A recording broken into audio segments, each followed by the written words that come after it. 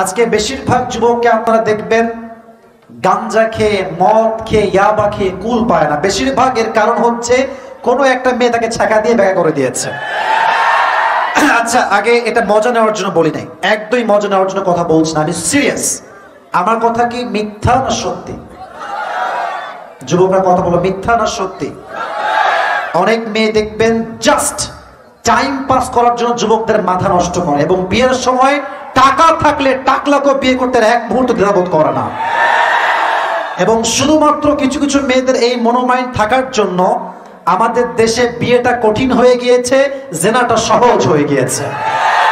আমার বিশ্বাস, আমি একনিষ্ঠভাবে কথাটা বারবার বলি আমার মাহফিলে, মেয়ের বাবা, মেয়ের মা এবং মেয়ে, এই তিনজন মানুষ যদি বিয়ের সময় টাকা এবং সরকারি চাকরি খুঁজে বাদ দিয়ে দেয়, এদেশের 90% যুবকের বেশি বিয়ে হয়ে যাবে, ঠিক কিনা বল?